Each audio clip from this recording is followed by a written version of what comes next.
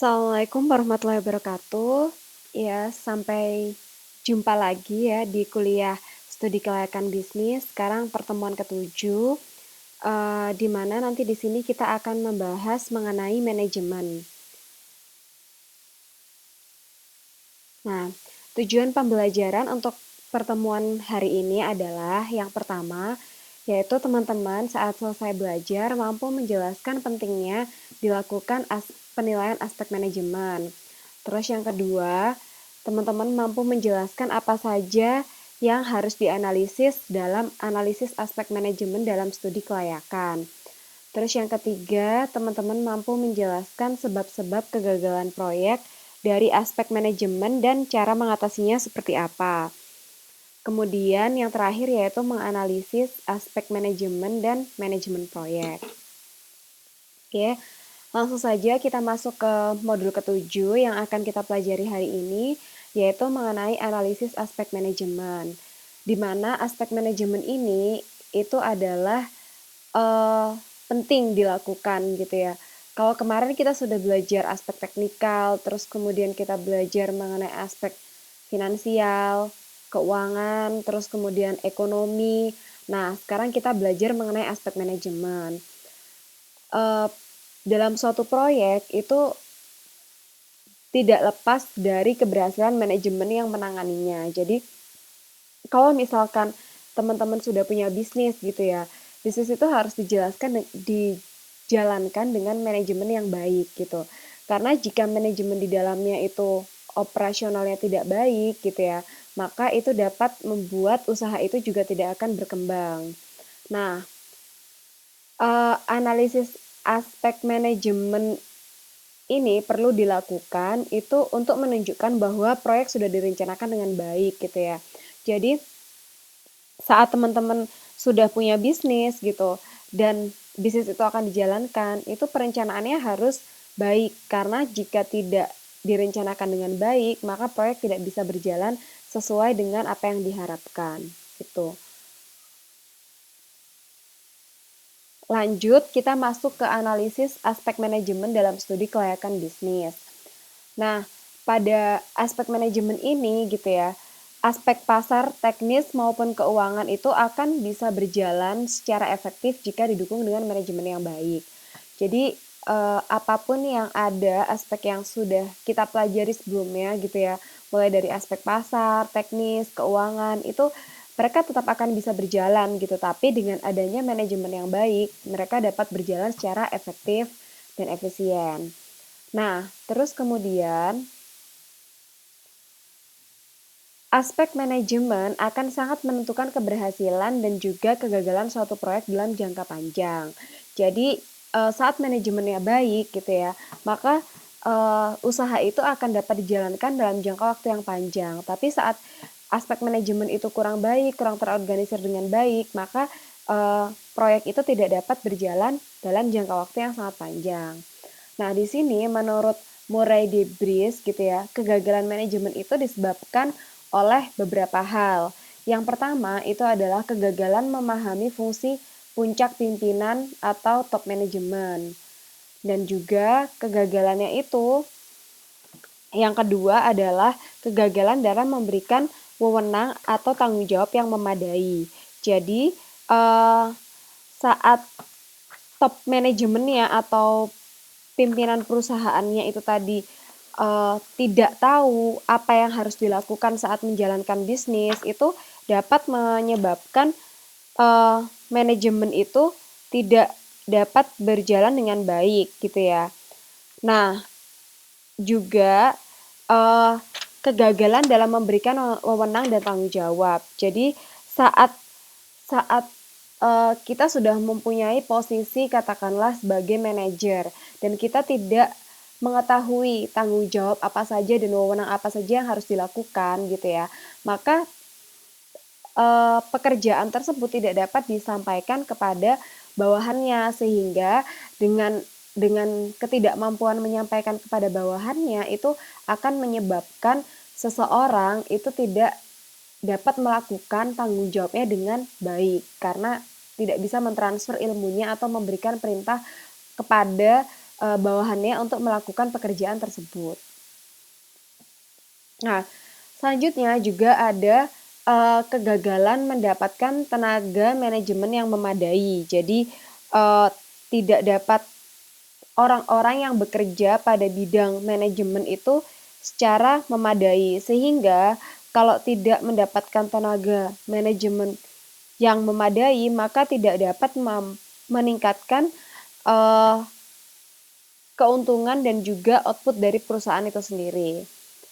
Kekurangan tenaga manajemen berpengalaman. Nah, ini juga penting karena kalau misalkan tenaga manajemen itu memiliki pengalaman yang bagus, maka dia akan menjalankan bisnis itu dengan baik. Tapi kalau misalkan tenaga manajemen itu kurang berpengalaman, maka dia tidak mengetahui banyak tentang medan yang ada sehingga mereka tidak bisa menjalankan tugasnya dengan baik. Terus kekurangan pemimpin yang berbakat dan tidak ada pendelegasian. Nah, maksudnya pendelegasian itu seperti apa? Jadi gini, misalkan teman-teman punya usaha. Nah, teman-teman yang menjadi pemiliknya di perusahaan itu, sehingga otomatis teman-teman kan yang menjadi pucuk pimpinan tertinggi.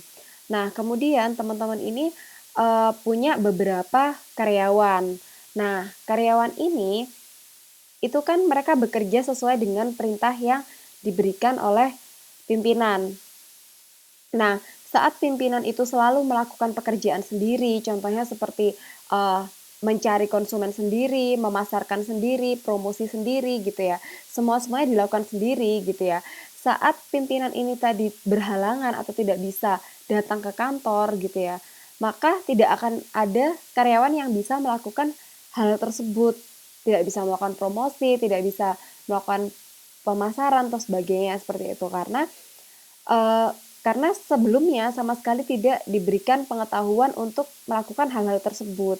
Jadi karena tidak ada delegasi sebelumnya, karena tidak mengajarkan sebelumnya, maka bisa jadi bawahannya atau karyawannya itu tidak bisa melakukan pekerjaan saat pemilik tidak ada gitu. Nah, ini juga merupakan hal-hal yang dapat melatar belakangi adanya kegagalan manajemen. Selanjutnya yaitu kurangnya kesadaran tentang profit dan biaya. Jadi pihak manajemen itu tidak istilahnya tidak tahu mengenai keuntungan itu seperti apa dan biayanya seperti apa. Jadi perhitungan ekonominya tidak dijalankan sehingga mereka tidak mengetahui profit dan biayanya seperti apa gitu. Jadi kalau misalkan kita tidak memperhitungkan profit dan biaya, otomatis akan terjadi kerugian dalam bisnis tersebut. Kemudian selanjutnya yaitu kurangnya kesadaran menggunakan alat akuntansi sebagai alat manajemen. Nah, kita sadar ya bahwa kalau misalkan kita melakukan suatu bisnis itu kan banyak perhitungannya. Dan perhitungan itu tidak bisa kalau kita hanya menghitung dengan cara kita sendiri. Dengan menggunakan akuntansi itu akan mempermudah untuk mengetahui keuangan perusahaan pada jangka waktu tersebut. Sehingga dengan tidak sadarnya menggunakan alat bantu akuntansi sebagai alat manajemen itu juga dapat menyebabkan kinerjanya kurang optimal. Terus kemudian yaitu adanya kurangnya kesadaran pengelolaan sumber daya manusia. Jadi sumber daya manusia yang ada di usahanya atau ada di perusahaannya sebagai pekerja atau seperti apa itu ya, itu tidak disampaikan dengan tidak diberikan kemampuan untuk mengeksplor atau melakukan pekerjaan dengan baik gitu. Nah, kemudian yang terakhir yaitu kurangnya kesadaran terhadap fungsi pemasaran. Jadi pemasaran ini penting gitu ya, karena pemasaran itu merupakan suatu proses di mana kita melakukan penjualan produk kita dengan memasarkan kepada konsumen. Dan jika manajemen tidak memahami apa fungsi pemasaran gitu ya, maka bisa terjadi adanya kekurangan atau ketidakmampuan manajemen dalam mengelola perusahaan. Nah, selanjutnya yaitu adalah manajemen pembangunan proyek. Karena pada manajemen itu kan kita belajar banyak hal ya. Jadi manajemen itu ada manajemen proyek dan juga manajemen dalam kita menjalankan perusahaan. Nah, di sini dalam manajemen proyek itu terdiri dari dua aspek, yaitu manajemen selama pembangunan proyek dan juga manajemen selama operasi komersial perusahaan.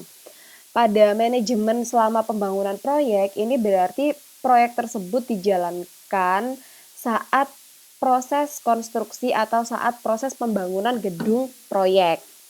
Nah, jika manajemen selama operasi komersial perusahaan itu adalah manajemen yang dijalankan saat pabrik atau saat usaha itu sudah berjalan. Jadi di situ nanti akan disampaikan operasi komersial perusahaan. Jadi saat perusahaan itu melakukan proses produksi dan juga perusahaan itu menjalankan proses bisnisnya gitu ya.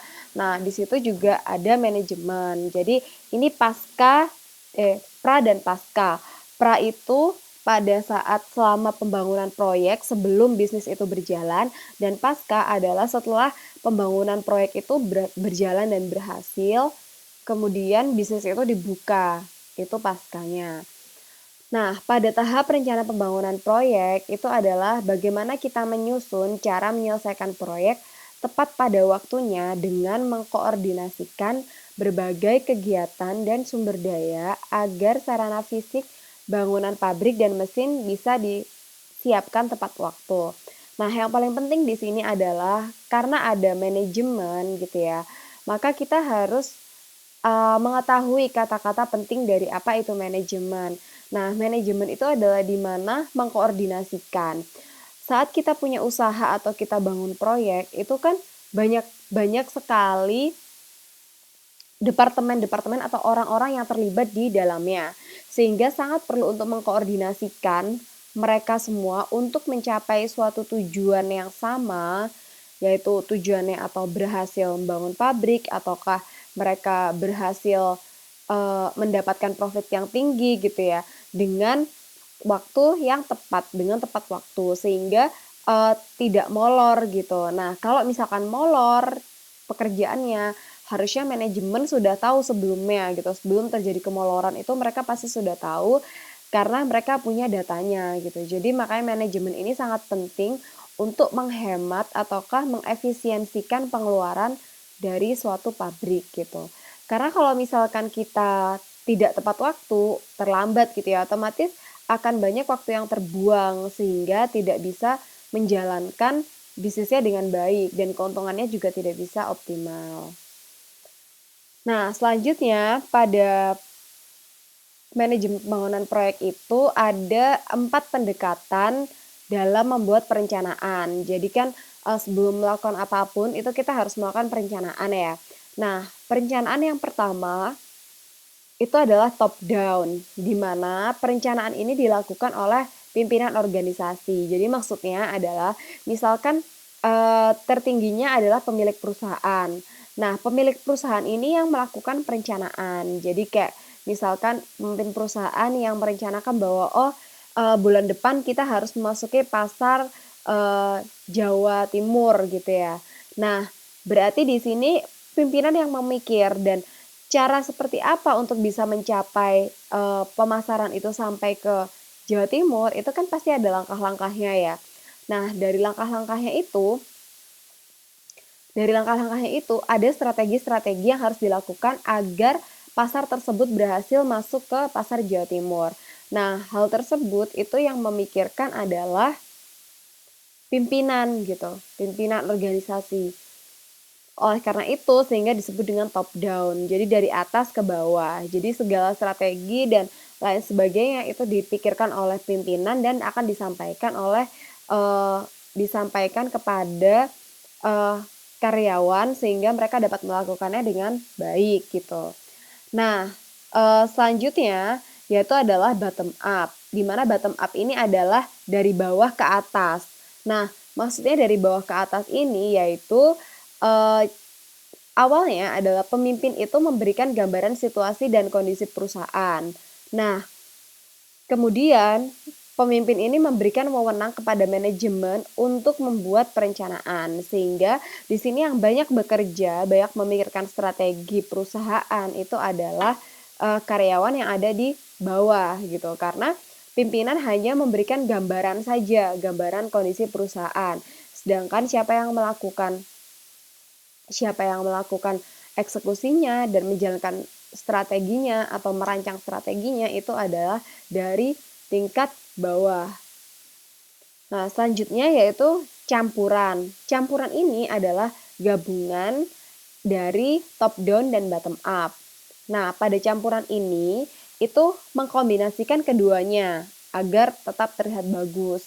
Nah, di sini pimpinan memberikan petunjuk perencanaan secara garis besar dan detailnya itu akan dilakukan sesuai dengan kreativitas bawahannya. Jadi, pimpinan tetap memberikan petunjuk atau arahan, tapi tetap saja yang mengerjakan adalah karyawannya, sehingga dalam secara garis besar gitu ya dan detailnya dilakukan sesuai dengan kreativitas bawahannya sesuai dengan petunjuk dari atasan.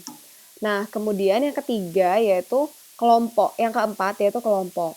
Kelompok ini adalah perencanaan dibuat oleh sekelompok tenaga ahli dalam suatu perusahaan. Jadi pada kelompok ini gitu ya, mereka sebelumnya sudah membuat kelompok-kelompok kecil dan yang memiliki keahlian tertentu gitu ya, sehingga perencanaannya itu hanya dilakukan oleh tenaga ahli dalam suatu perusahaan. Ya, jadi maksudnya kelompok itu adalah teamwork gitu Mbak Sulastri. Jadi teamwork yang punya keahlian dalam satu bidang. Jadi kayak misalkan bidangnya pemasaran gitu ya. Nah, pemasaran jadi ya tenaga ahlinya itu dari pemasaran gitu sehingga perencanaan perencanaan proyeknya itu juga bersama-sama gitu. Oke, selanjutnya yaitu ini. Manajemen pembangunan proyek itu ada juga yang disebut dengan fungsi perencanaan dan rencana. Di mana di sini ada fungsi perencanaan adalah penerjemah kebijakan umum. Jadi kita membutuhkan buku atau referensi ya dari dari koran ataukah dari perpustakaan gitu. Nah, kita cari buku tentang kebijakan umum pemerintah. Nah, misalkan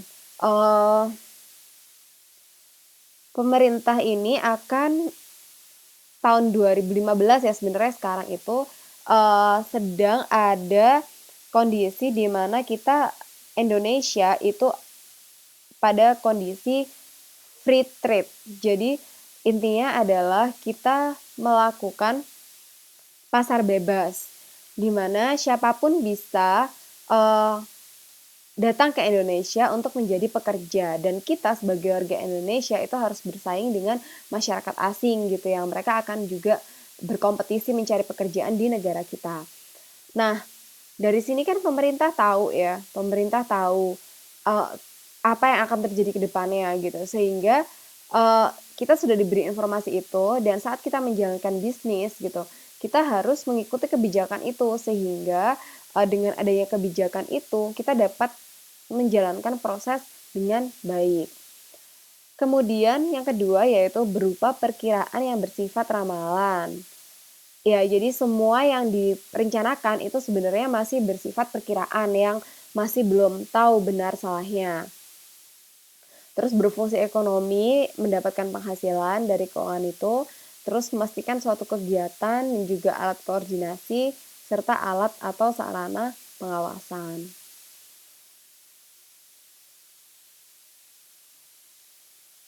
Selanjutnya adalah langkah merancang pelaksanaan proyek.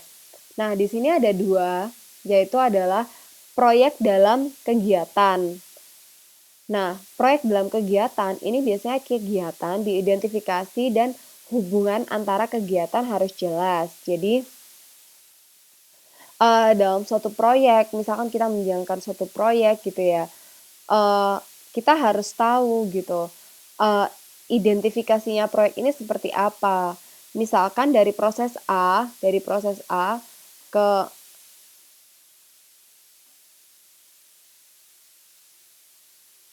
Jadi misalkan gitu ya, ada proses A gitu. Nah, ada proses A. Nah, di proses A ini gitu ya.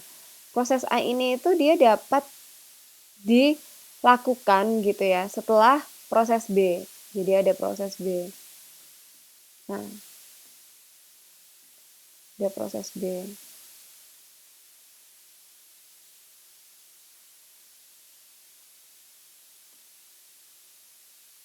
Nah, jadi di sini A dan B itu harus berjalan secara berhubungan gitu. Nah, kenapa harus berjalan berhubungan? Karena dari A ke B ini adalah sequence kegiatan. Nah, jadi saat kita melakukan proyek dalam kegiatan itu kita harus mengidentifikasi hubungan antar kegiatannya. Sehingga kalau dalam kondisi ini dalam suatu proyek maka A itu akan dikerjakan terlebih dahulu dibanding dengan mengerjakan B karena setelah A baru mengerjakan pekerjaan B. Nah, yang kedua yaitu adalah menentukan jadwal kegiatan proyek. Nah, karena kegiatan ini jangka waktunya itu beda-beda ya. Jadi antara proyek 1 dan proyek 2 itu pasti memiliki perbedaan waktu. Nah, kegiatan beserta jangka waktu masing-masing kegiatan disusun dalam suatu rencana yang menyeluruh karena kegiatannya itu dalam jangka panjang, terus eh, otomatis kalau waktu yang dibutuhkan dalam bangun proyek itu banyak gitu maka uang atau biaya yang dibutuhkan juga banyak gitu sehingga harus dilakukan kegiatan penyusunan dalam suatu rencana menyeluruh gitu. Nah, oke. Selanjutnya yaitu eh, di sini dalam melakukan penjadwalan atau perencanaan itu ya ada yang disebut dengan bagan chart. Jadi eh, di sini itu akan dijelaskan mengenai model-model atau aturan-aturan dalam membuat diagram. Nah, yang pertama kita bahas itu adalah uh, Gantt chart. Nah, Gantt chart ini itu biasanya digunakan oleh HL Gantt untuk mengatasi masalah penjadwalan produksi. Jadi zaman dulu kala itu ya susah melakukan pengawasan produksi gitu. Jadi Gantt ini yang disebut Gantt-Milesto chart itu adalah peta yang menggambarkan pekerjaan yang harus dilaksanakan dan menunjukkan hubungan yang terdapat antar semua tahap pekerjaan. Nah, contohnya seperti ini. Jadi di sini ada gambar ya, Gantt chart. Nah, di sini ada 3 tugas. Jadi ada tugas X, tugas Y, dan tugas Z.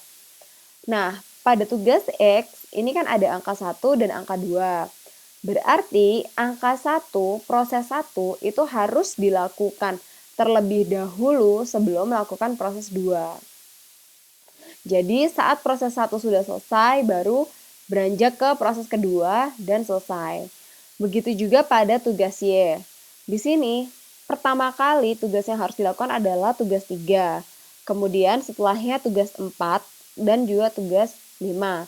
Begitu seterusnya untuk Gantt chart. Jadi ditinjau dari waktu atau tugasnya. Nah, selanjutnya itu adalah PERT, di mana PERT atau biasa disingkat PERT ini itu merupakan program evaluation and review technique, di mana di sini menjelaskan tentang evaluasi suatu program dan juga teknik reviewnya. Nah, PERT ini itu merupakan cara untuk merencanakan penyelesaian pekerjaan dengan memperkirakan waktu yang diperlukan untuk penyelesaian pekerjaan. Jika Gantt chart tadi, seperti kita lihat tadi ya, itu hanya memberikan informasi tentang jangka waktu nih.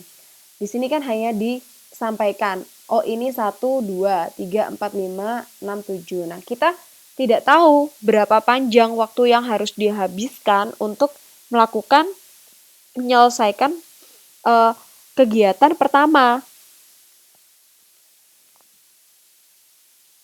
Jadi kita hanya tahu prosesnya saja. Jadi setelah 1 ke 2 gitu ya. Setelah 3 ke 4, terus kemudian yang terakhir 5. tapi kita tidak tahu presisi waktunya seperti apa. Nah, kalau di PERT ini gitu ya, mereka memperkirakan waktu yang diperlukan untuk penyelesaian pekerjaan.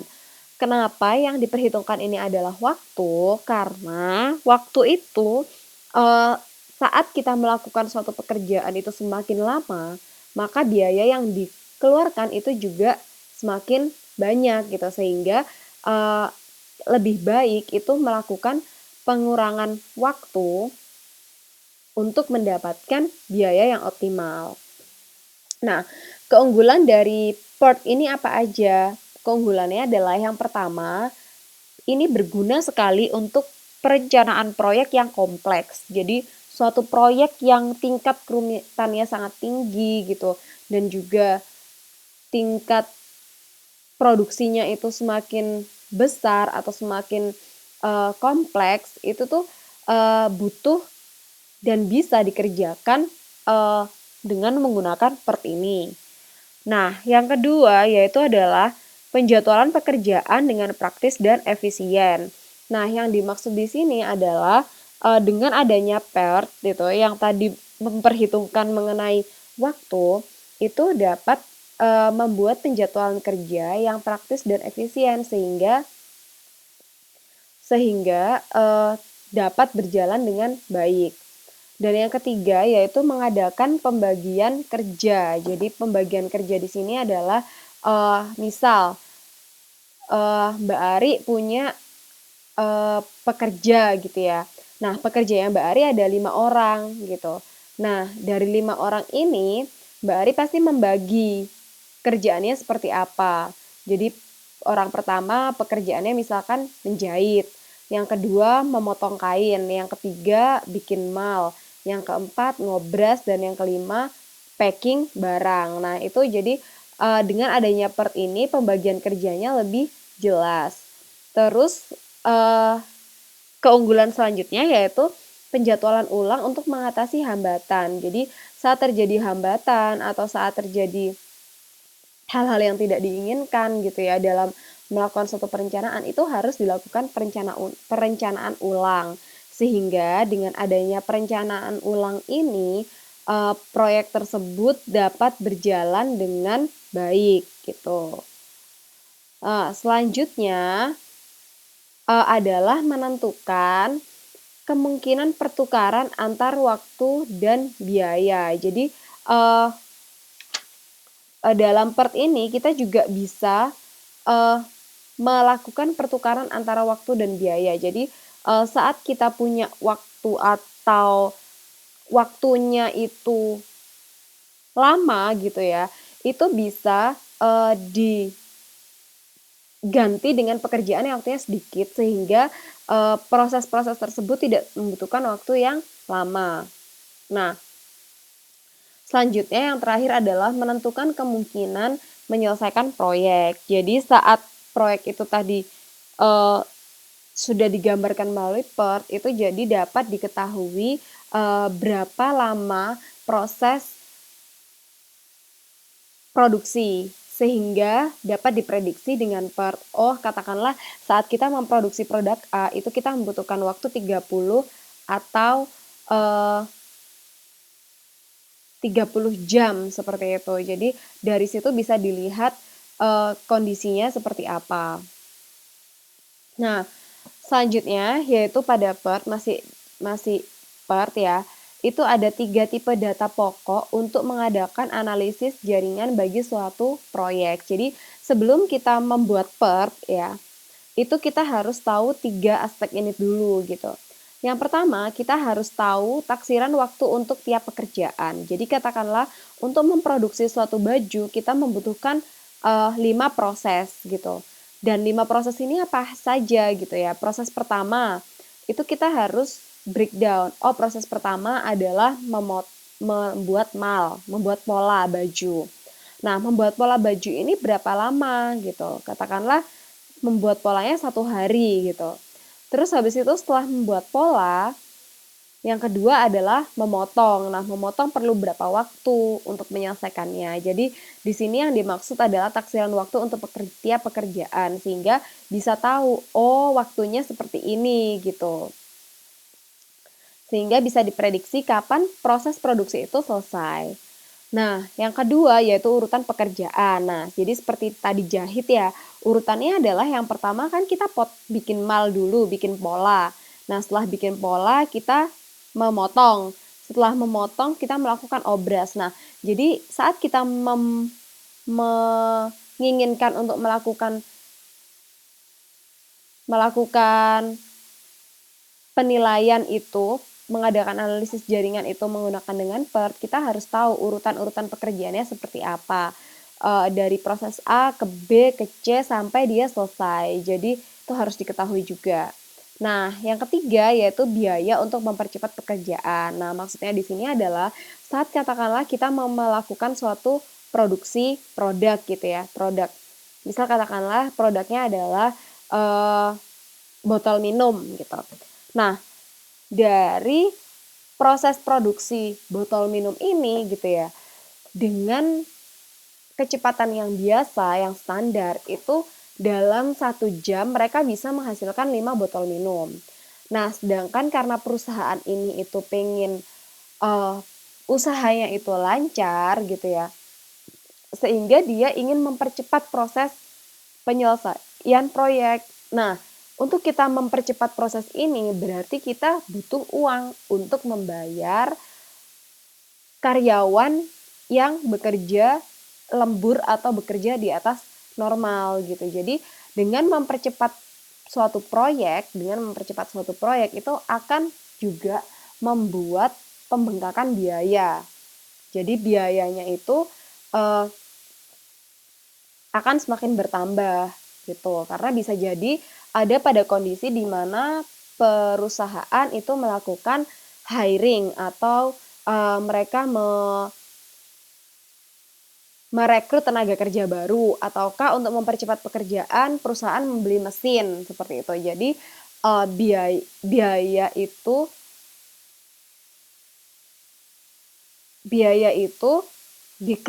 dikeluarkan karena konsekuensinya kita pengen lebih cepat gitu. Oke, selanjutnya yaitu kita akan masuk ke bagaimana cara membuat diagramnya. Sebentar, Mbak Sulastri bingung di bagian mana ya, Mbak? Oh, di bagian gambar ini. Oh, oke. Ya, nanti kita akan jelaskan ya. Saya jelasin. Nah, di sini itu aturan dalam membuat diagram. Nah, oh ya. Nanti ini kita coba jelasin ya. Nah, terus di sini ada dibedakan menjadi 2, yaitu ada event dan juga ada aktivitas. Nah, di sini coba kita lihat ya. Di sini kita lihat bareng-bareng, event itu apa? Event itu adalah suatu kejadian tertentu yang terjadi pada suatu saat tertentu. Jadi, suatu kejadian yang terjadi pada suatu saat tertentu. Nah, sedangkan aktivitas itu adalah pekerjaan yang diperlukan untuk menyelesaikan suatu kejadian tertentu. Nah, dari gambar ini kita bisa lihat ya, di sini ada 1 dan 2. Nah, event itu adalah lingkaran ini, lingkaran 1 dan juga 2. Ini event.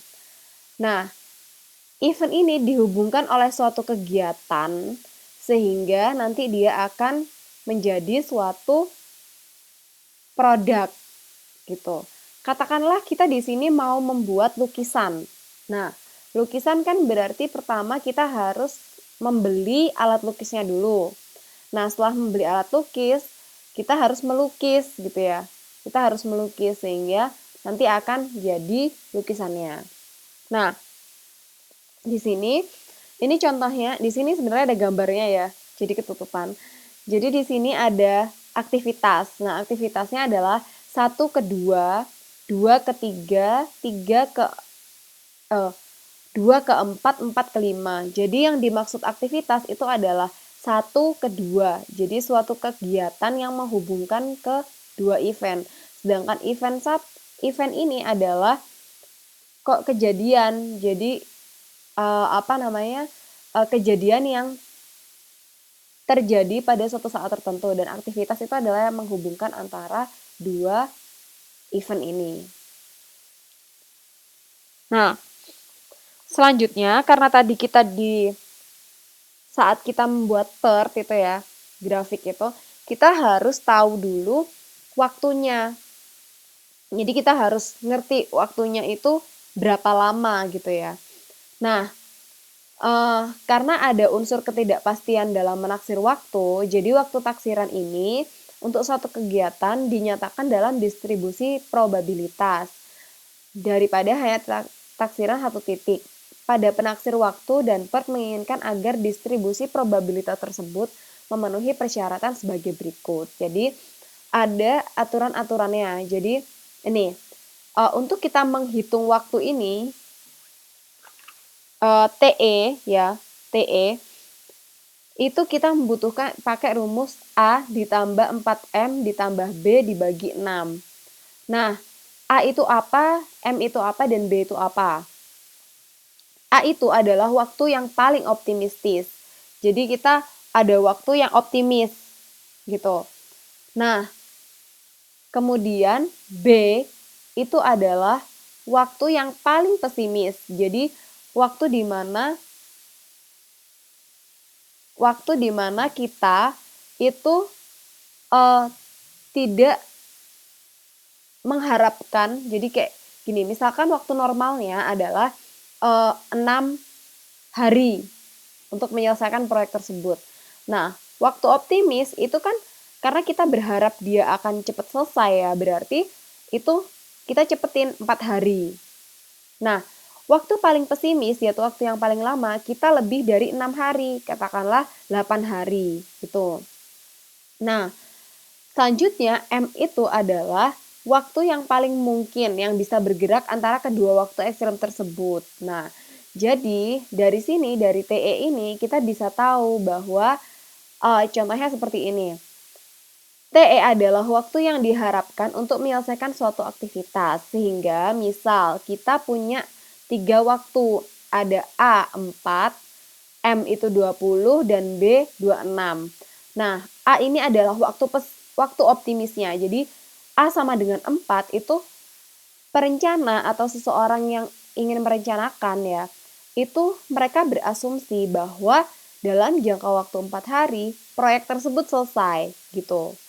Itu yang paling optimis gitu. Nah, sedangkan M ini adalah waktu normal, waktu di antara rentang waktu optimis dan juga waktu pesimis.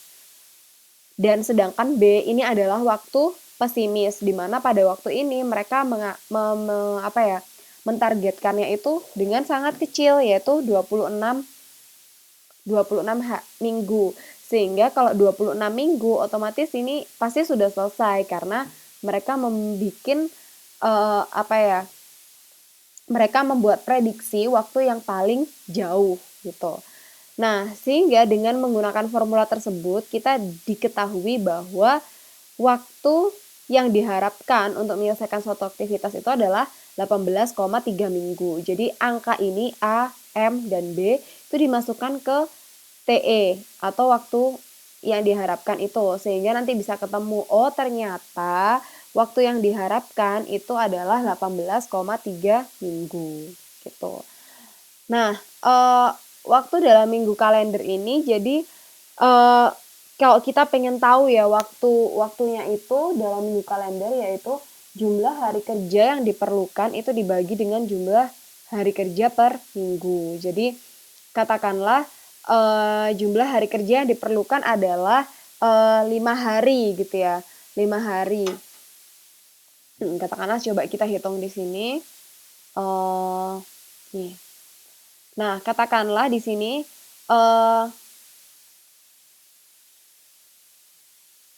kita coba menghitung waktu dalam minggu kalender yang digunakan. Nah, misalkan jumlah hari kerja yang diperlukan itu adalah 21.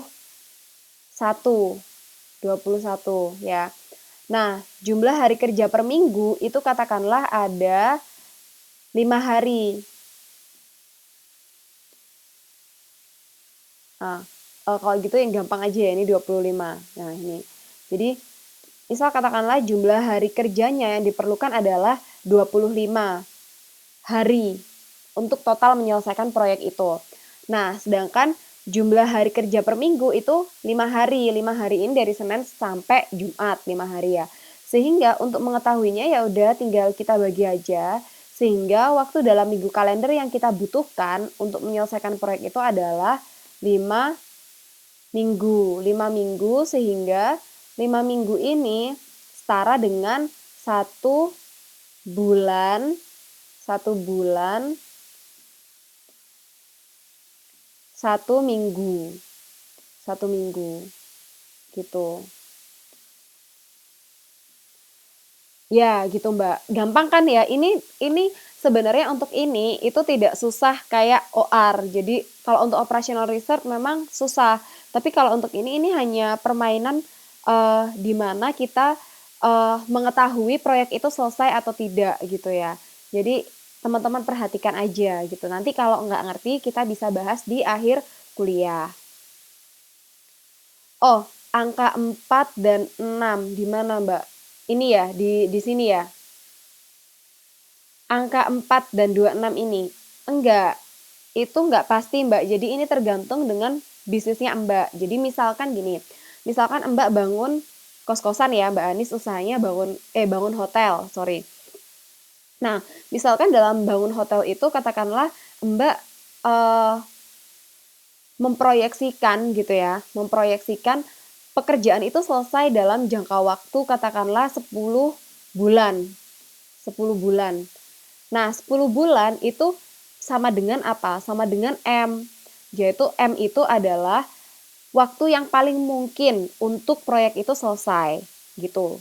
Nah, sedangkan 4 ini adalah apa? A. A ini adalah waktu paling optimis.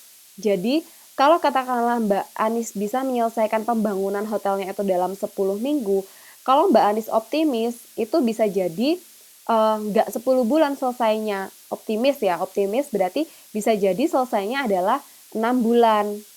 Nah, 6 bulan ini yang jadi angka A, waktu optimisnya. Nah, sedangkan B ini kan adalah waktu paling pesimis. Jadi waktu yang paling lama untuk menyelesaikan. Nah, katakanlah waktu yang paling lamanya adalah 14 minggu selesai gitu.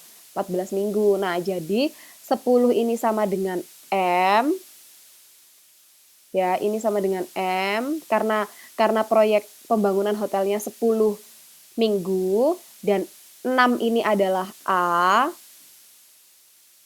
6 ini adalah A gitu ya, karena waktu pesimisnya untuk menyelesaikan proyek, dan 14 ini adalah B gitu. Adalah B. Nah, nanti bisa dilakukan perhitungan sendiri. Oh, aku tahu maksudnya. Maksudnya adalah angka 4 sama 6 ini ya. Iya, Mbak, angka 4 sama 6 ini itu udah pasti. Jadi, itu adalah rumus. Jadi ini rumusnya ini, sedangkan waktu A, M, dan B itu perhitungannya kayak ini tadi. Jadi dia akan berubah-ubah nilainya gitu. Ya, jadi rumusnya adalah TE itu untuk mencari waktu yang diharapkan itu adalah A, waktu optimis, ditambah 4 kali waktu normal, ditambah sama waktu pesimis gitu, dibagi sama 6. Jadi angka 4 dan 6 ini udah pasti, karena itu rumus. Tapi untuk perhitungan A, M, dan B itu kayak tadi itu, gitu. Oke, Mbak Ani sudah paham ya?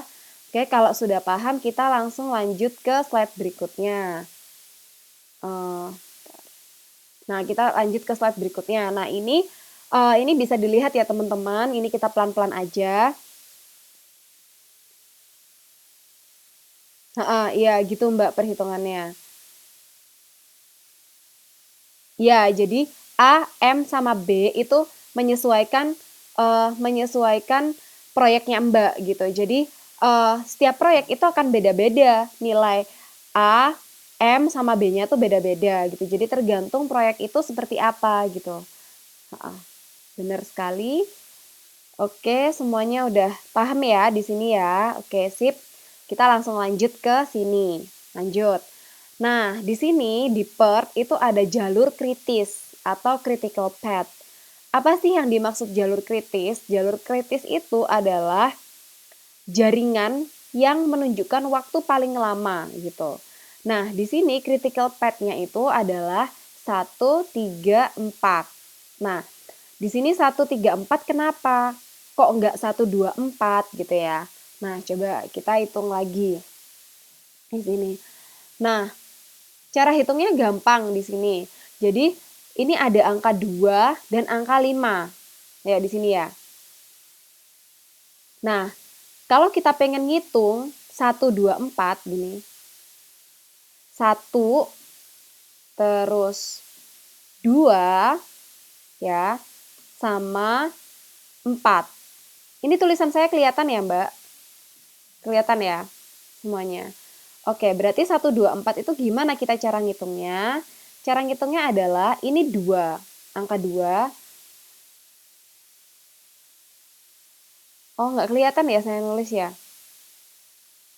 Oh, nulisnya di slide-nya, nggak kelihatan ya berarti. Ya udah kalau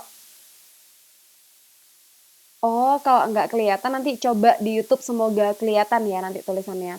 Jadi ini ada angka 1, 2, dan 4.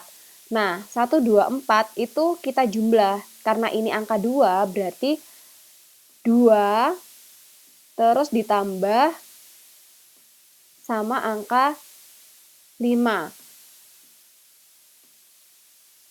Nah, sama angka 5 sehingga hasilnya adalah 7. Nah, 7. Jadi 1, 2, 4 ini 7. Waktunya adalah 7 minggu. Nah, sekarang kita lihat 1, 3, 4 kalau dijumlah berapa gitu ya. 1, 3, dan 4. 1, 3, dan 4 itu waktunya adalah 9. Benar, Mbak. Benar, Mbak Sulastri, 9. Nah, di sini kan alurnya adalah 1, 2, 4, 7. 1, 3, 4, 9. Berarti yang paling besar yang mana? 1, 3, 4 ya nilainya. Jadi 1, 3, 4 nilainya 9 dan 1, 2, 4 nilainya 7. Jadi 1, 3, 4 ini yang paling besar.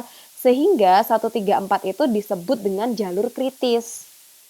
Jalur kritis ini jalur di mana proses itu berjalan dengan waktu yang paling lama dibandingkan dengan 1, 2, 4. Nah, kalau misalkan jalur ini disebut jalur kritis gitu ya, jadi harapannya itu adalah tidak ada kesalahan dalam proses produksi sehingga tidak mengalami kelambatan gitu. Jadi nggak lama proses produksinya. Coba bayangkan kalau dari proses 1, 3, 4 ini ya, 1, 3, 4 ini prosesnya telat 1 minggu misal, katakanlah telat 1 minggu berarti otomatis semua akan telat gitu. Jadi 1, 2 tidak akan bisa berjalan gitu. Sehingga makanya itu 1, 3, 4 ini disebut waktu yang sangat kritikal gitu. Jadi kalau bisa ini tidak ada kesalahan dalam produksi gitu. Oke, selanjutnya kita masuk ke jaringan yang digunakan untuk menghitung TE dan TL. Nah, di sini kita bisa lihat ya Mbak, ini semua teman-teman udah tahu ya. Jadi maksudnya gini, misalkan ada 1, 2, 3, 4. Kita punya proses 1, misalkan kita jahit ya, kita jahit. Nah, pertama kita harus bikin pola gitu ya, pola. Nah, setelah kita bikin pola gitu, di sini kita proses kedua, ya, jadi jalur krisis ini digunakan untuk mengantisipasi bila ada kemungkinan proyek terlambat. Jadi kalau bisa proyek ini tidak terlambat gitu, karena nanti bisa menyebabkan gangguan untuk waktu proyek pembangunannya.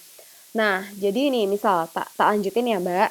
ini misalkan gini ya, kalau bingung bacanya adalah, satu ini itu adalah proses kita bikin pola jahitan, pola jahitan. Nah, 2 dan 3, 3 ini memotong kainnya. Jadi kain yang sudah dipola tadi dipotong gitu. Nah, nomor 2 ini kita bisa menyiapkan benang.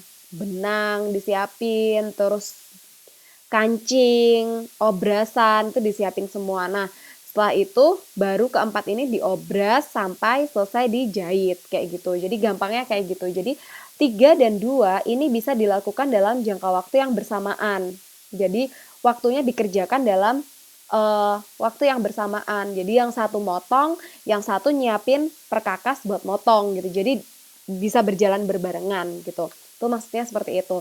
Nah, sedangkan 4 ini tidak bisa berjalan, nggak bisa jahit baju, nggak bisa ngobras baju kalau benang kancing belum siap atau kain belum selesai dipotong gitu. Jadi urutannya seperti itu cara bacanya. Nah, terus kita masuk ke sini. Nah, di sini kan ada apa namanya? Gambar lagi ya. Nah, di sini adalah sama. Jadi sepertinya gambarnya 1 2 3, 2 dan 3 ini dapat dilakukan bersamaan. Nah, setelah 2 selesai, dia akan menuju ke proses 4. Setelah 3 selesai, 3 akan menuju ke proses 4 dan juga 3 menuju ke proses ke-5. Nah, setelah proses keempat dan kelima selesai, itu kita akan menuju ke proses ke-6. Nah, misalkan kita menghitung proses yang digunakan untuk menyelesaikan sampai proses keempat. Nah, di sini kan ada ya. Ini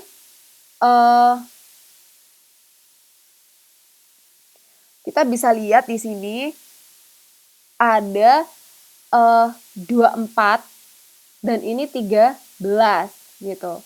Nah, sehingga waktu yang untuk digunakan untuk menyelesaikannya adalah 27 minggu. Jadi kita tinggal menjumlahkan saja gitu. Jadi prosesnya sama.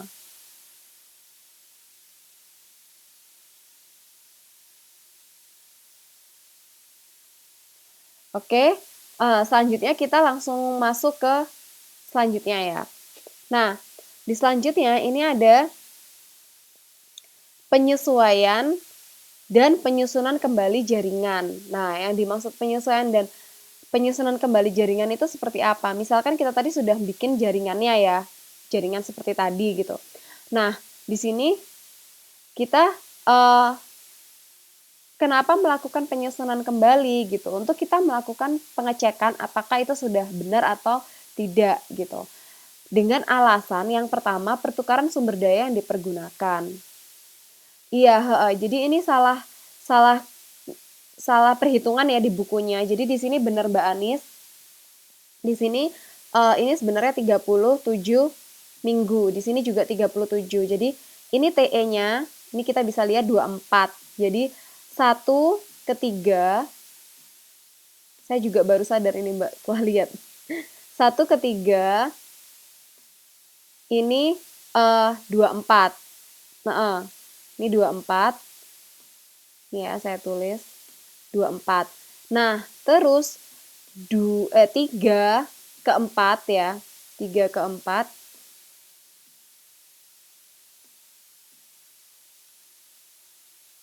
itu 12. 13 ya. 13. Jadi totalnya 37.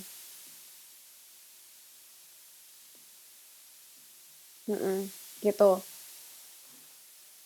Mungkin ini ada perhitungannya yang kurang tepat di buku, jadi teman-teman mungkin bisa mencoba untuk melihat gitu ya.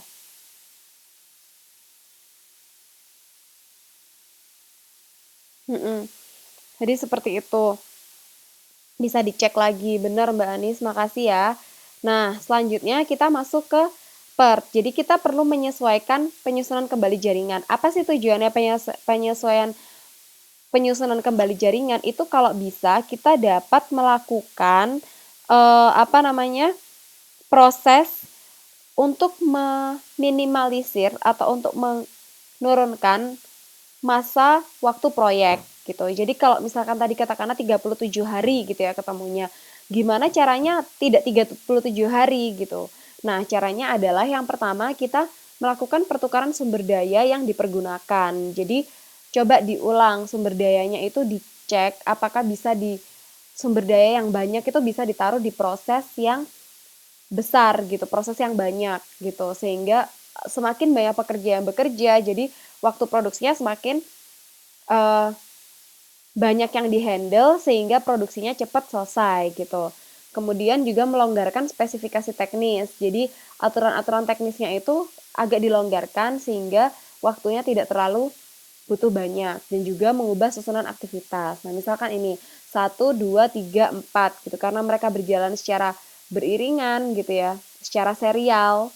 Jadi setelah 1 ke 2, 2 ke 3, 3 ke 4 itu membuat mereka cukup susah untuk dilakukan perubahan gitu. Beda kalau ada suatu kegiatan yang kegiatan itu bisa dilakukan secara seri seperti contoh yang sebelumnya. Nah, itu bisa lebih cepat gitu. Nah, selanjutnya kita belajar mengenai metode jalur kritis atau critical path method. Nah, critical path method ini sebenarnya salah satu kriteria yang beda dengan PERT. Jadi tadi kita sudah belajar gancar, terus kita belajar PERT, dan sekarang kita belajar critical path method. Nah, critical path method ini adalah critical path method ini, bentar, kita masuk ke sini. Nah, critical path method ini metode jalur kritis di mana lebih menekankan pada faktor biaya dalam perencanaan. Nah, sedangkan PERT yang tadi kita pelajarin itu lebih menekankan pada faktor waktu. Jadi, penekanannya beda. Kalau untuk CPM, itu faktor biaya, jadi menghitung keuangannya. Sedangkan PERT ini lebih ke arah faktor waktu.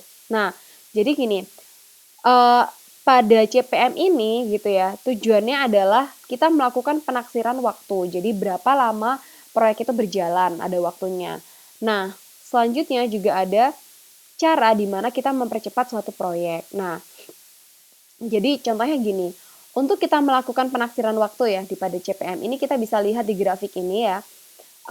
Saat suatu proyek itu berjalan dengan cepat, ini waktu ya, waktunya cepat, waktunya selesai dalam 1 bulan gitu ya. Biaya yang dihabiskan itu adalah sekitar ini, 2,5 miliar rupiah ini, miliar rupiah. Saat kita menyelesaikan proyek itu dalam waktu 2 bulan, berarti 1,5 miliar biayanya. Semakin turun ya. Nah, saat kita menyelesaikannya dalam waktu 3 bulan gitu ya, biaya yang dihabiskan adalah di bawah 1 miliar. Jadi, di sini kita bisa mengetahui bahwa semakin cepat proyek itu dijalankan gitu ya, semakin cepat proyek itu selesai, biaya yang dikeluarkan cukup banyak gitu. Contohnya misalkan teman-teman kayak Mbak Anis ya mungkin atau Mbak siapa lagi yang kemarin bisnisnya kos-kosan. Nah, itu kan kita bangun kos-kosan ya. Bangun kos-kosan itu kalau misalkan katakanlah kosan yang dibangun 50 kamar gitu ya. Berarti 50 kamar 3 tingkat, misal 3 level gitu. Nah, itu pasti proses pembangunannya itu bisa memakan waktu 1 tahun gitu. Secara normalnya seperti itu. Tapi saat si pemilik itu ingin menyelesaikan proses pembangunannya itu dalam 1 semester atau 6 bulan gitu ya, maka otomatis pemilik harus menambah tenaga kerja, menambah pak tukang, menambah kontraktornya, terus kemudian harus membeli barang yang banyak sejumlah itu dalam waktu sesingkat itu gitu ya. Nah, itu biayanya semakin banyak karena semakin banyak pekerja atau tukangnya itu semakin banyak, maka pekerjaan akan lebih cepat selesai gitu. Sehingga biaya yang dikeluarkan itu jauh lebih besar saat kita ingin menyelesaikan proyek itu lebih cepat gitu. Nah, selanjutnya di sini kita bisa melihat ya, di sini ada perhitungan biaya mempercepat proyek. Nah, ini kita bisa lihat Di sini ada aktivitas-aktivitasnya dari aktivitas 1 ke 2, 1 ke 3, 2 ke 4, 3 ke 5 sampai 4 ke 5. Nah, di sini ada waktu proyeknya. Waktu normalnya dari aktivitas 1 ke 2 adalah 12 minggu gitu. Nah, waktu cepatnya adalah 8 minggu. Nah, biaya yang dikeluarkan untuk waktu normal adalah 20 juta dan biaya waktu cepat yang dikeluarkan adalah 28 juta. Di sini kan kita bisa lihat ya perbedaannya adalah 8 juta. Nah, untuk proses-proses selanjutnya itu pasti juga akan tambah gitu, tambah biayanya gitu. Nah, di sini sampai kita bisa lihat totalnya untuk biaya normal adalah 70 juta. Sedangkan biaya cepat ini totalnya 94 juta. Sehingga di sini kita bisa tahu bahwa selisih biaya untuk mempercepat proyek itu adalah 24 juta. Karena uh, karena waktu yang dihasilkan itu juga cepat gitu. Jadi proses penyelesaian proyek itu cepat sehingga biaya yang dikeluarkan itu jauh lebih besar gitu. Nah, dari sini teman-teman ada yang ditanyakan sambil saya nyatat absen dulu. Halo? Teman-teman di sini ada yang ditanyain sampai kita belajar part-part ini dan CPM.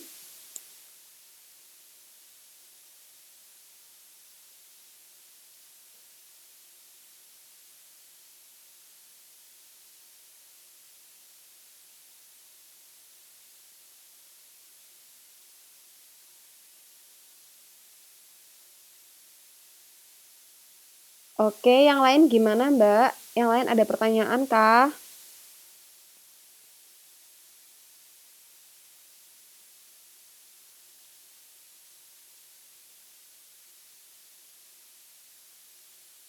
Oke, berarti ini nggak apa-apa kita lanjut dulu ke selanjutnya.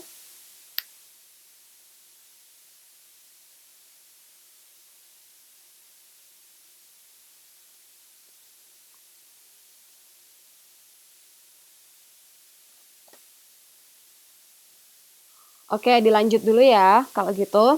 Oke, saya lanjut. Ini masuk ke manajemen massa, komersial, dan penilaian aspek manajemen. Nah, di sini ada penyusunan rencana pengelolaan operasi proyek. Jadi yang pertama adalah untuk kita menyusun rencana pengelolaan operasi proyek itu kita harus punya bentuk badan usaha.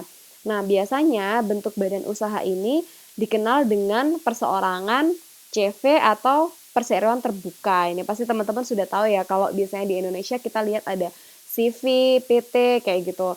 Nah, biasanya kreditor atau orang investor itu biasanya lebih percaya untuk memberikan uangnya atau mempercayakan uangnya kepada PT. Kenapa? Karena pada PT itu adalah perseroan terbatas. Jadi mereka sudah tahu gitu. PT itu jelas bentuk hukumnya gitu. Jadi bentuk hukumnya sudah ada sehingga kreditor, calon kreditor itu akan senang untuk memberikan atau maksudnya menyampaikan uangnya kepada PT gitu karena sudah jelas. Nah, kemudian yang kedua yaitu jenis-jenis pekerjaan yang diperlukan.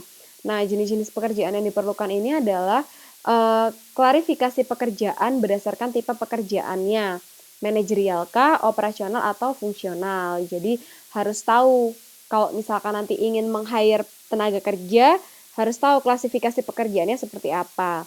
Nah, terus habis itu ada deskripsi jabatan. Deskripsi jabatan ini adalah menjelaskan apa saja yang perlu dilakukan dalam pekerjaan tersebut. Jadi harus melakukan analisis jabatan terlebih dahulu. Nah, terus kemudian yang ketiga adalah susunan deskripsi jabatan, di mana di sini ada identifikasi, ringkasan, tugas yang dilaksanakan, pengawasan yang diberikan dan diterima, terus hubungan dengan jabatan lain seperti apa, alat yang digunakan seperti apa, kondisi kerja seperti apa, dan penjelasan istilah-istilah komentar tambahan gitu. Nah, selanjutnya yang ketiga, yaitu persyaratan-persyaratan yang diperlukan untuk bisa menjalankan pekerjaan dengan baik.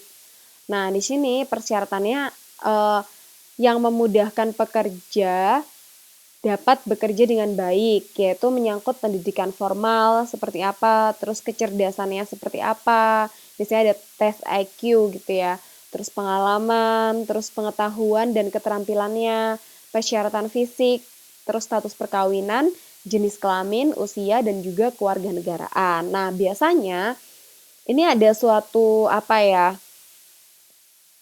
perusahaan itu mensyaratkan seperti ini, kayak misal jenis kelaminnya harus laki-laki, terus kemudian fisiknya tingginya katakanlah 165, kalau untuk cewek 155, terus bisa punya keterampilan komputer seperti apa. Nah gitu tuh, itu dicari berdasarkan kebutuhan dari perusahaan itu sendiri. Jadi bukan karena ada diskriminasi atau seperti apa, kenapa yang dipilih cewek, kenapa bukan cowok, seperti itu.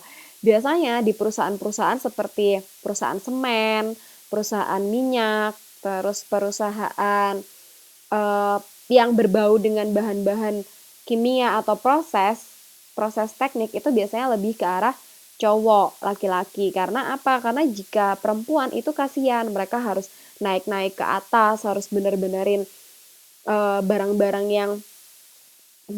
yang seharusnya itu dibenarkan oleh cowok gitu. Jadi memang ada kondisi di mana perempuan itu biasanya lebih dipilih untuk bekerja di kantor seperti itu karena resiko pekerjaannya itu tidak terlalu berat. Nah, selanjutnya yang keempat adalah struktur organisasi yang diperlukan. Nah, ini penting. Jadi setelah selesai tahu siapa saja yang bekerja gitu ya, kita membuat struktur organisasi, yaitu struktur organisasi itu dengan melakukan perincian pekerjaan, terus juga membagi semua beban ke dalam aktivitas. Jadi ada aktivitas-aktivitasnya.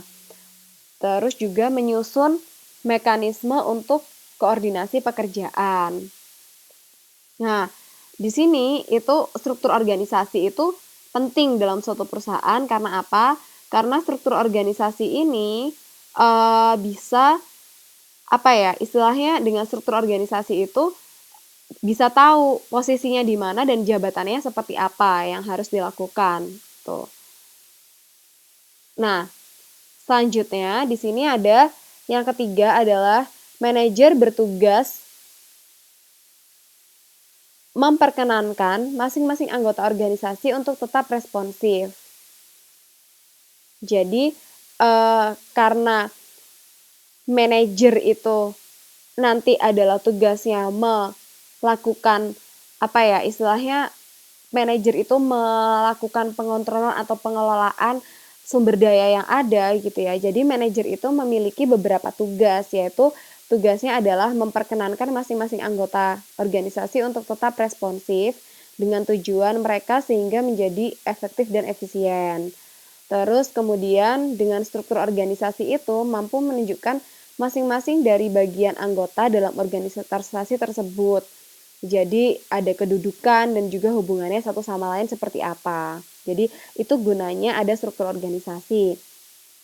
Nah, manfaat struktur organisasi itu yang pertama adalah memudahkan posisi jabatan dan tugas-tugas secara jelas. Jadi dengan adanya struktur organisasi itu kita bisa tahu, oh jabatannya sebagai manajer produksi. Nah, manajer produksi tugasnya seperti apa?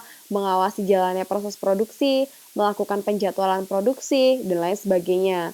Terus kemudian yang kedua adalah memudahkan mencari orang yang dapat memecahkan masalah. Jadi dengan adanya struktur organisasi, kita bisa tahu misalkan ada masalah produksi. Nah, kita harus menghubungi Pak siapa gitu. Misal ada masalah dengan pemasaran, kita harus menghubungi siapa gitu. Jadi semakin mudah untuk memecahkan permasalahan tersebut. Nah, yang selanjutnya adalah struktur organisasi tidak selalu memberikan manfaat, tapi juga memberikan kerugian. Nah, kerugiannya seperti apa? Nah, ini tidak digambarkan secara jelas tanggung jawab dan tugas dalam tingkat organisasi. Nah, biasanya di organisasi itu kita hanya bikin ya organisasinya, tapi tidak tahu tanggung jawabnya itu seperti apa dan tugas secara rincinya itu seperti apa. Jadi hanya tahu strukturnya saja tanpa tahu bagaimana tanggung jawab dan tugasnya itu dijalankan. Nah, selanjutnya di sini saya akan nanti menjelaskan mengenai seperti apa struktur organisasi itu. Nah, departemen dalam organisasi secara formal itu dibedakan menjadi dua, yaitu ada fungsional dan juga ada divisi. Nah, fungsional itu adalah menyatukan uh, dalam satu departemen orang-orang yang mengerjakan pekerjaan yang sama. Jadi, orang-orang yang fungsi tugasnya itu sama, itu mereka akan dijadikan dalam satu departemen. Contoh di sini ada departemen pemasaran, bisa juga departemen produksi, bisa juga departemen apa ya, pendistribusian atau departemen sumber daya manusia seperti itu. Jadi mereka dalam satu departemen ini akan melakukan pekerjaan atau tugas-tugas yang sama seperti itu. Nah, yang kedua itu adalah divisi, di mana divisi ini mengelompokkan kegiatan berdasarkan produk yang dibuat. Jadi produk yang dibuatnya itu apa gitu ya. Nah, terus juga menentukan wilayahnya, terus konsumennya seperti apa, dan proses yang digunakan dalam menjalankan bisnisnya. Nah, pada organisasi divisi ini, itu contohnya, itu seperti misalkan mereka menggunakan menjual produk rokok gitu ya. Nah, rokok ini didasarkan produk yang dibuat. Jadi rokok ini ada macam rokok kretek tangan atau rokok kretek mesin. Jadi kalau rokok kretek tangan, dia akan bekerja pada divisi itu, rokok kretek tangan. Jadi memproduksi rokok dengan manuali tangan. Nah, sedangkan rokok kretek mesin itu dengan menggunakan bantuan mesin gitu. Jadi perbedaannya seperti itu. Nah, di sini bisa teman-teman lihat, di sini merupakan contoh bagan organisasi fungsional untuk perusahaan industri. Nah, yang dimaksud fungsional tadi kan sesuai dengan apa yang dikerjakan dalam departemennya itu gitu ya. Nah, contohnya seperti ini. Ini pertama di direktur utama, jadi ini pemilik perusahaannya. Terus ada manajer produksi, ada pemasaran, ada keuangan, dan juga personalia. Personalia itu sama kayak sumber daya manusia. Jadi yang mengatur tentang karyawannya. Jadi mulai dari kapan kita merekrut karyawan, kapan memberikan pesangon karena karyawannya pensiun, dan kapan harus memberikan pelatihan atau training kepada karyawannya gitu. Nah, ini merupakan bagian organisasi fungsional. Nah, sedangkan yang ke gambar di samping ini itu bagian organisasi berdasarkan atas produk untuk perusahaan industri. Nah, perusahaan industri misalkan di sini mereka membagi sesuai dengan apa yang diproduksi. Nah, di sini ada direktur utamanya, pemimpinnya, ada manajer produk farmasi, manajer alat-alat elektronik, dan juga manajer produk alat-alat kantor. Jadi di sini disesuaikan berdasarkan apa yang mereka kerjakan gitu. Jadi farmasi ya khusus untuk farmasi sendiri, alat elektronik sendiri, dan alat-alat kantor. Jadi bisa ya dibedain antara fungsional dan divisi. Jadi kalau fungsional itu lebih ke arah tugasnya. Jadi manajer produksi, pemasaran, keuangan, personalia. Sedangkan untuk divisi itu lebih ke arah produk yang diproduksi seperti ini. Produk farmasi, alat elektronik, dan juga alat kantor. Nah, misalkan ya dalam dua diagram ini kita gabung itu seperti apa. Nah, hasilnya ada di bawah ini. Jadi di sini contohnya ya, direktur utama. Nah, direktur utama itu memiliki manajer-manajer divisi. Jadi ini penggabungan ya produknya. Ini produk dan yang di bawah ini fungsional. Jadi produknya itu semacam manajemen produk farmasi, manajer alat-alat elektronik, dan manajer produk alat-alat kantor. Nah, di bawah manajer alat elektronik ini kan pasti mereka juga butuh karyawan di divisi fungsionalnya. Di mana pada divisi fungsionalnya itu di sini di breakdown ada produksi, ada pemasaran, ada keuangan, dan juga ada personalia. Jadi di bawahnya ini juga ada fungsional, bagian operasi organisasi fungsional itu masuk ke sini. Karena pada divisi pembuatan produk alat elektronik itu juga membutuhkan fungsional-fungsional seperti yang ada di bawah ini. Mereka juga butuh eee, orang bagian produksi, butuh orang untuk memasarkan alat elektroniknya, dan butuh orang untuk mengkontrol keuangannya, dan juga butuh, orang personalia untuk mengatur karyawan dan sumber daya yang dimiliki, gitu. Nah, eee pada aspek pengorganisasian itu juga biasanya ada masalah-masalah yang timbul. Nah, biasanya masalah itu terjadi atas pembagian pekerjaan, di mana ada pembagian pekerjaan yang tidak sesuai atau kurang merata gitu. Jadi katakanlah misal manajemen produksi beban pekerjaannya mereka lebih besar dibandingkan dengan personalia seperti itu. Nah, itu ada ketimpangan-ketimpangan itu biasanya itu tidak terlalu baik sehingga harus dijalankan sesuai dengan beban kerja yang sesuai gitu. Nah, terus yang kedua permasalahannya adalah koordinasi. Koordinasi ini biasanya proses pengintegrasian kegiatannya itu kadang kurang berjalan dengan baik. Misalkan gini, kalau kita lihat ya, pertama kali kita melakukan produksi itu kita harus punya data dulu. Berapa banyak yang harus kita produksi. Nah, data yang kita dapat itu biasanya dari pemasaran karena pihak pemasaran memasarkan barangnya terus tahu, oh bulan depan itu perusahaan A itu butuh produk kita 60 buah, perusahaan B butuh 70 buah, perusahaan C butuh 100 buah. Nah, dari situ kita tahu, oh kita harus memproduksi katakanlah 200 produk pada bulan itu gitu. Nah, koordinasi ini tuh harus berjalan dengan baik gitu. Misalkan pemasaran bekerja dan mereka lupa menyampaikan, misalkan katakanlah ada perusahaan D. Pabrik D juga butuh produknya itu sejumlah 40 buah. Nah, jika manajer pemasaran tadi lupa menyampaikan kepada manajer produksi, maka manajer produksi tidak akan memproduksi produk dari produk yang diminta oleh perusahaan D.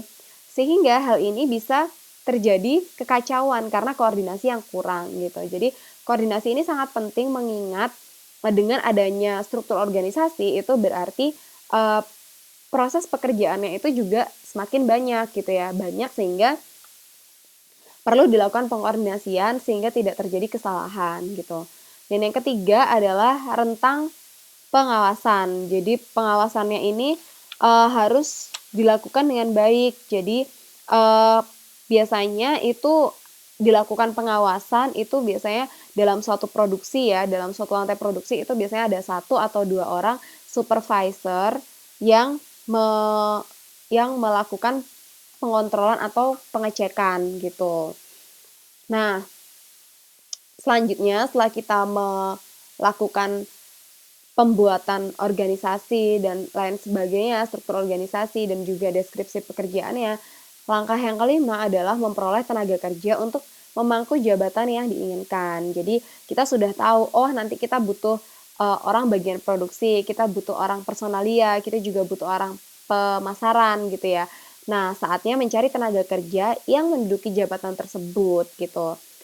Cari tenaga kerja yang sesuai gitu. Katakanlah misalkan mereka kita butuh orang produksi ya, kita biasanya cari dari teknik mesin gitu. Atau misalkan orang personalia, kita bisa ngambil orang teknik industri atau kita juga bisa ngambil dari psikologi untuk tahu bagaimana karakter orang tersebut dan layak ditempatkan di mana. Nah, biasanya untuk tenaga kerja ini gitu ya, ada 2 macam. Jadi ada tenaga kerja yang sudah berpengalaman atau masih belum berpengalaman gitu. Untuk tenaga kerja yang berpengalaman ini biasanya perusahaan memang membutuhkan orang yang bekerja pada bidang tersebut, tapi mereka sudah punya pengetahuannya. Jadi pengetahuan-pengetahuan yang sulit didapatkan oleh orang yang baru lulus dari kuliah gitu. Jadi memang harus bekerja dulu biar tahu pengalamannya seperti apa gitu. Dan yang kedua itu adalah tenaga kerja yang masih belum berpengalaman, jadi sehingga membutuhkan pelatihan. Nah, ini biasanya mahasiswa-mahasiswa yang baru lulus kuliah gitu. Nah, biasanya kalau baru lulus kuliah, terus habis itu mereka bekerja, itu biasanya mereka harus butuh pelatihan sehingga dengan adanya pelatihan tersebut, dengan adanya pelatihan tersebut itu mereka dapat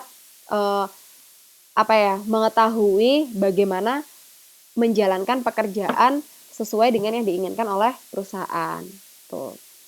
Nah, selanjutnya kita masuk ke sponsor proyek dan manajemen. Nah, sponsor proyek ini adalah orang-orang atau perusahaan yang secara langsung terlibat dalam suatu proyek. Jadi, mereka yang melakukan sponsor proyek itu adalah orang yang ingin memberikan uangnya untuk kita menjalankan suatu proyek tersebut. Nah, sehingga istilahnya memberikan uang ataukah memberikan dana modal untuk menjalankan proyek tersebut. Nah, dari sponsor proyek ini gitu ya, ada beberapa aspek penilaian untuk menentukan sponsor proyek ini layak untuk mensponsori proyek kita atau tidak gitu. Yang pertama itu ditinjau dari identitas sponsor proyek. Jadi seperti apa deskripsinya, siapa saja yang menjalankan siapa saja orang yang terlibat di sponsor proyek itu gitu. Terus pernah punya pengalaman seperti apa saja kayak gitu. Nah, itu dari identitas sponsor proyek.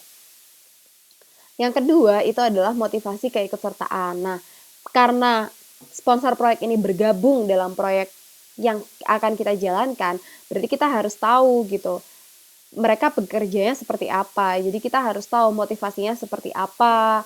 Kalau motivasinya itu sesuai dengan visi misi perusahaan, mereka bisa masuk. Tapi kalau motivasinya itu berbeda atau bahkan malah tidak sesuai dengan visi misi perusahaan, itu kemungkinan juga kurang baik jika mereka masuk dan ikut serta pada perusahaan kita gitu.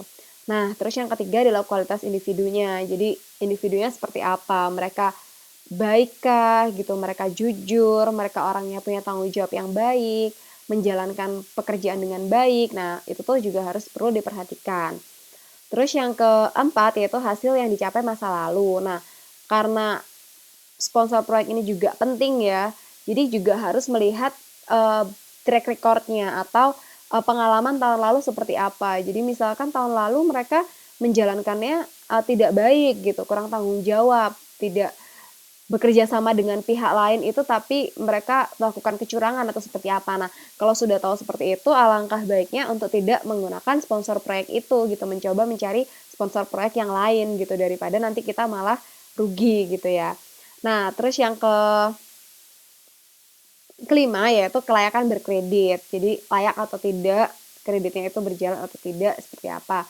Dan juga kepantasan manajemen, apakah manajemen di dalamnya bagus ataukah kurang bagus. Nah, itu harus diteliti dulu lebih jauh sehingga saat semuanya oke, bagus, baik, kredibilitasnya terjaga dan terjamin gitu ya, bisa untuk bergabung di proyek tersebut. Tapi jika kredibilitasnya itu kurang bagus dan kurang layak sehingga tidak bisa bergabung gitu, karena kalau misalkan kita sudah tahu kalau mereka kurang baik ya harusnya kita tidak melanjutkan ke situ gitu. Oke, terus dari sini insya Allah ini udah selesai. Ini sudah selesai modul 7 untuk pertemuan hari ini. Kira-kira dari teman-teman ada yang ditanyakan dari sepanjang perkuliahan ini?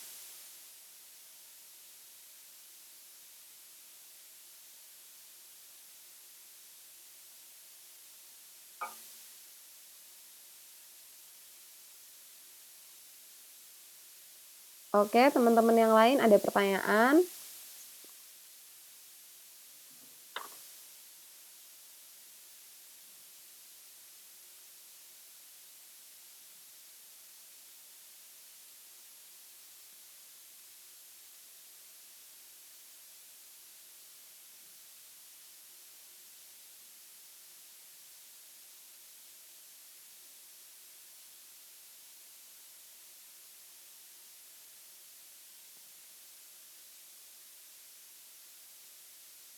Metode jalur kritis masih nggak paham ya, bentar Mbak. Oke, balik ya kalau gitu. Kita balik ke, nah ini ya Mbak, saya ulangin ya. Jadi jalur kritis itu biasanya dia disebut juga critical path. Nah, critical path ini dia itu merupakan suatu proyek ya yang dalam menjalankannya itu paling lama. Jadi misal kita bisa lihat ya di sini ya. Nah, dia di sini 721. 721, 721. 721 itu di modul ya, Mbak?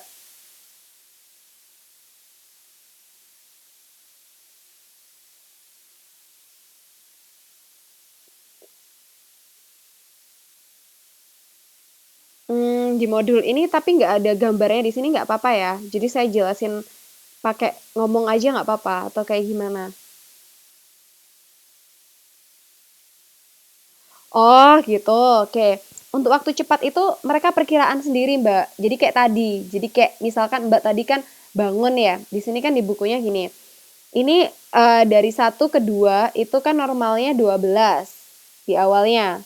Nah, terus waktu cepatnya itu 8. Nah, dalam menentukan waktu normal dan cepat itu dari Mbak sendiri yang menjalankan ini ya, bentar. Tabel itu ini berarti. Gimana ya?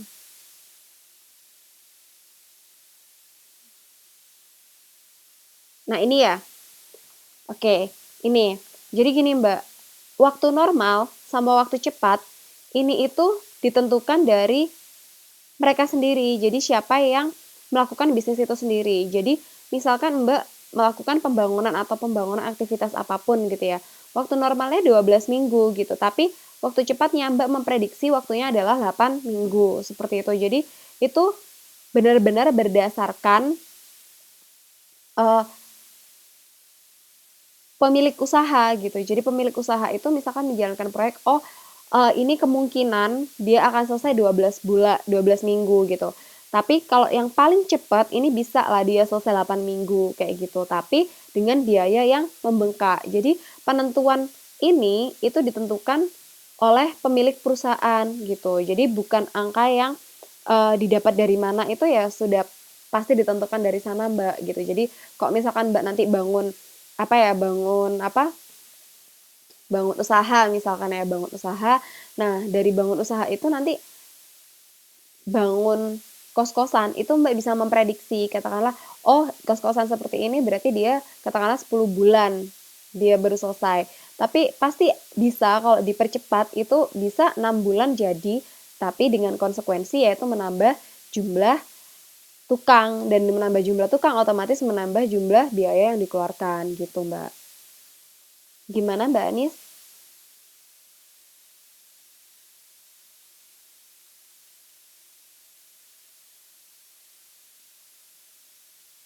Ya, gitu ya. Jadi penentuannya itu tergantung dengan kita menjalankan bisnis itu sendiri. Jadi bukan didapat dari mana gitu. Jadi waktu normal, cepat, waktu lambat itu sesuai dengan proyek yang kita jalankan masing-masing gitu. Oke? Oh gitu. Oke, udah paham ya Mbak? Udah ya. Oke. Iya teman-teman, ini karena kita masih punya tugas lagi satu. Jadi di sini saya akan ngasih tugas tugas selanjutnya ya. Tugas selanjutnya mungkin bisa ntar dilihat bentar. Ini bisa kelihatan ya. Tugasnya bentar. Oh, bukan di sini.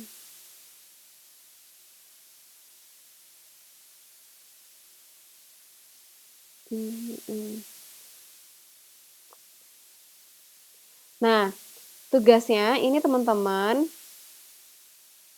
adalah buat struktur organisasi yang sesuai dengan usaha yang telah Anda usulkan dengan disertai penjelasan deskripsi pekerjaannya pada setiap jabatan.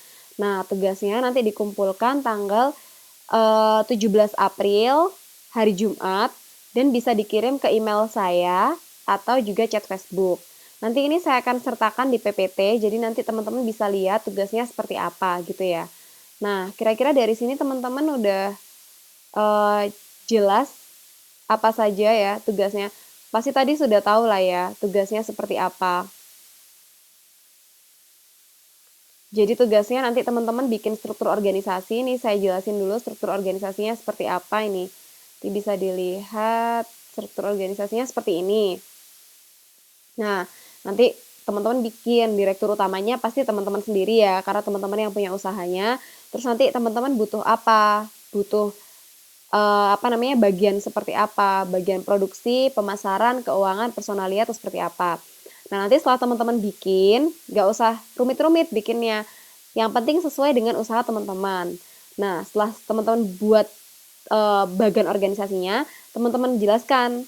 Misalkan manajer produksi pekerjaannya seperti apa, mengontrol jurnalnya produksi, menjadwalkan produksi, terus kemudian apa ya, menentukan waktu kerja seperti itu, menentukan waktu perbaikan mesin gitu. Nah, manajer pemasaran berarti melakukan peramalan penjualan, terus kemudian memasarkan ke perusahaan-perusahaan, membuat iklan atau lain sebagainya, menyebarkan brosur. Nah, itu nanti ditulis sama teman-teman, nanti dikirim ke saya gitu. Kalau bisa nanti kalau misalkan dikirim itu tolong diketik aja gitu. Jadi karena ini dikumpulkannya online ya, jadi biar saya gampang ngoreksinya. Karena biasanya kalau di foto itu kadang bisa jelas, kadang nggak jelas gitu. Dan saya harus menyocokkannya dengan apa ya, dengan sangat hati-hati gitu. Takutnya salah gitu. Jadi nanti lebih baik nanti di apa namanya diketik aja gitu biar gampang nanti teman-teman juga lebih gampang gitu. Oke. Terus ada pertanyaan dari sini? Halo?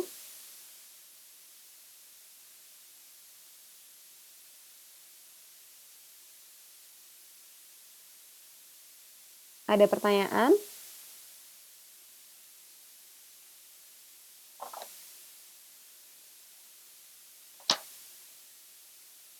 Oke ya, semuanya udah jelas. Ada pertanyaan di sini yang bisa kita diskusikan sebelum saya tutup kuliah hari ini. Oh, nanti tugasnya, ya Mbak, tak ulang ya. Jadi tugasnya nanti Mbak bikin struktur organisasi, kayak yang ada di layar ini ya, udah kelihatan kan. eh Kalau semuanya dikerjakan sendiri gimana? Kalau bisa jangan Mbak. Jadi maksudnya kan karena usaha Mbak itu kan proyeksinya selama 5 tahun. Masa dalam 5 tahun tuh Mbak ngerjain sendiri kan nggak mungkin ya gitu. Jadi nanti tolong dibikin ya walaupun sederhana kayak gini nggak apa-apa. Kalau ini nanti nggak usah diperhitungkan ke biaya nggak apa-apa. Jadi ini emang rancangannya untuk 5 tahun ke depan struktur organisasinya seperti apa gitu. Jadi kalau bisa jangan dikerjakan sendiri gitu. Jadi biar nanti tahu gitu. Misalkan Mbak bikin kos-kosan, berarti kan ada apa namanya kebersihan kayak gitu. Terus misalkan nanti eh apa sih ya kayak misalkan nanti ada nganterin makanan gitu, ada catering, terus ada laundry kayak gitu. Nah, itu juga bisa dibikin kayak gitu. Jadi itu eh, disesuaikan dengan bisnisnya Mbak gitu. Aku jawab satu-satu ya.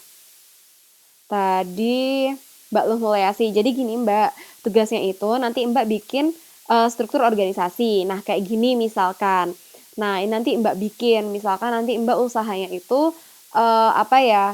Hmm, contohnya teman-teman kemarin jualan bahan-bahan pertanian gitu ya. Berarti kan katakanlah direktur utamanya Mbak. Nah, terus ada pemasaran. Nah, terus habis itu ada gudang, pergudangan yang jaga gudang siapa. Terus habis itu ada pembelian dan juga penjualan. Jadi ada yang kulaan, terus habis itu ada yang juga ngejual kayak gitu. Terus habis itu ada keuangan. Nah, kayak gitu maksudnya Mbak. Nah, nanti setelah udah tahu orang-orang yang ada di sininya, nanti Mbak bikin daftarnya. Jadi kayak manajer produksi itu tugasnya apa saja, deskripsi pekerjaannya apa aja. Terus pemasaran itu deskripsi pekerjaannya apa aja, keuangan deskripsi pekerjaannya apa aja gitu. Jadi nanti dideskripsikan kayak gitu. Oke, gimana Mbak Lu? Ada yang tanyain lagi? Buat Mbak Anis tadi kalau bisa jangan dikerjakan sendiri ya Mbak. Jadi proyeksikan ini 5 tahun ke depan. Jadi nggak mungkin dong dalam 5 tahun Mbak menjalankan bisnis ini sendiri gitu. Oke, Mbak Mbak, sebentar. Satu-satu.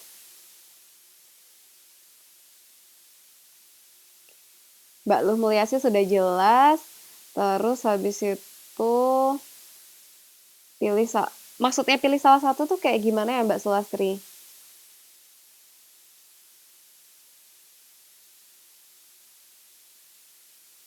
Iya, contohnya kayak di buku ini, Mbak. Contohnya kayak gini. Jadi nanti Mbak, ini contohnya struktur organisasinya. Jadi nanti Mbak menyesuaikan eh oh iya, menyesuaikan dengan yang punya Mbak.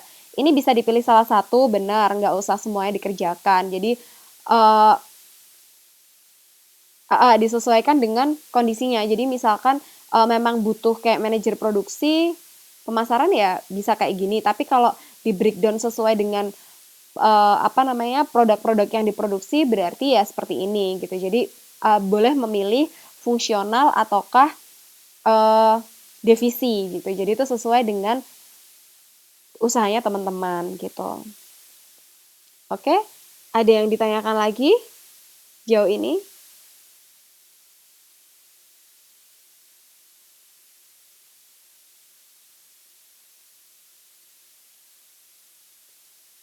Nambah seminggu lagi. eh Seminggu lagi soalnya tanggal 21 itu pengiriman apa nilai ke pusat gitu. Nah, jadi eh kalau misal 2 minggu gitu ya, kayaknya terlalu ini mepet nanti saya ngirim nilainya. Atau ini aja, gimana kalau 10 hari? Jadi tanggal eh 10 hari jangan deh. Gimana kalau tanggal 19 10 hari berarti tanggal 21-nya saya harus ngirim nilainya. Gimana kalau tanggal 19 aja? 19 Juli. 19 Juli. 19 April. Oke, 19 April ya. Berarti 9 hari lah. Oke, oke, nggak apa-apa. Mungkin teman-teman juga banyak kerjaan ya, jadi ya nggak apa-apa. Tapi tanggal 19 ya, saya terima tanggal 19. Kok kalau misalkan saya tunggu sampai tanggal 19 nggak ada, berarti nanti apa namanya nilainya nggak ada ya. Karena kan memang apa namanya tanggal 19 sudah terlalu lama. Soalnya saya tanggal 21 harus sudah menyerahkan nilainya gitu. Oke. Oke, sama-sama. Terus teman-teman ada yang ditanyain lagi sejauh ini?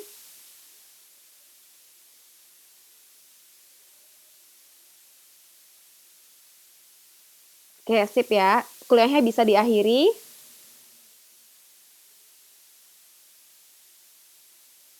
Oke, bisa. Oke, kalau gitu nanti semuanya saya upload, nanti tugasnya juga saya masukkan ke PPT, nanti teman-teman bisa lihat gitu.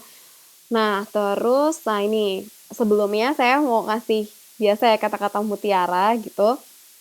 Nah, eh, di sini kata-katanya adalah terkadang ya kita itu suka ngelihat menganggap hidup orang lain itu lebih enak dibandingkan dengan hidup kita.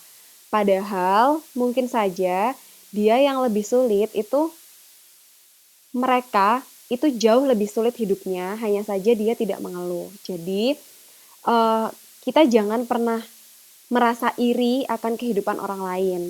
Karena sebenarnya kehidupan kita itu bisa jadi jauh lebih baik dibandingkan kehidupan orang lain gitu.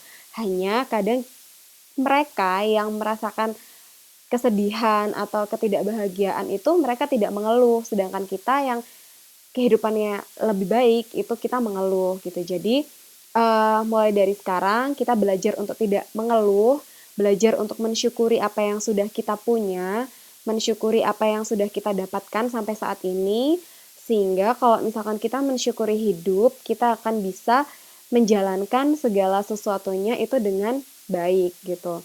Kita akan selalu bersyukur kepada apa yang sudah diberikan sama Tuhan kepada kita, apa yang sudah diberikan Allah kepada kita, sehingga kita akan dapat bekerja dengan lebih baik lagi gitu tanpa kita membanding-bandingkan hidup kita dengan orang lain gitu. Oke, gitu saja teman-teman. Makasih banyak atas partisipasinya pada kuliah hari ini. Mohon maaf jika saya banyak salah atau ada hal-hal yang kurang berkenan gitu ya. Semoga apa yang kita pelajari hari ini dapat bermanfaat buat kita, tidak hanya untuk sekarang tapi juga di masa depan dan juga bisa bermanfaat untuk orang banyak gitu, tidak untuk diri kita sendiri. Oke, kalau gitu terima kasih banyak teman-teman. Mohon maaf jika ada salah. Saya akhiri kuliahnya. Assalamualaikum warahmatullahi wabarakatuh.